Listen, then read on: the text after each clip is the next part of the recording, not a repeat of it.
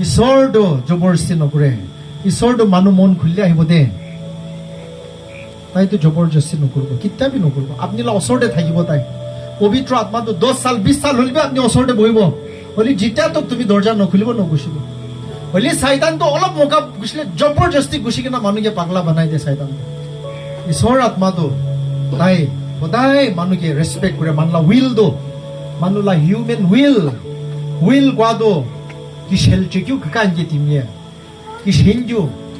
আৰু ঈশ্বৰটো কোন কেবি নৰকতে না পাঠাব দে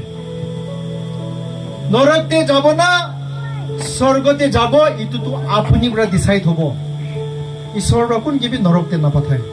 আৰু কোন কেবি জবৰদস্তি হেভেন দেবি না পাঠাব দে আপুনি পৰা ডিসাইড কৰিব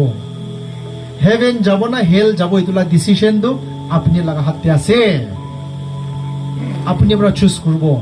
Deuteronomy chapter 30 de purle ami khan pabo isor bra Israel manu khan ge goise o Israel manu khan hunibi heaven aro earth prithibhi aro asman bra gawai ase witness ase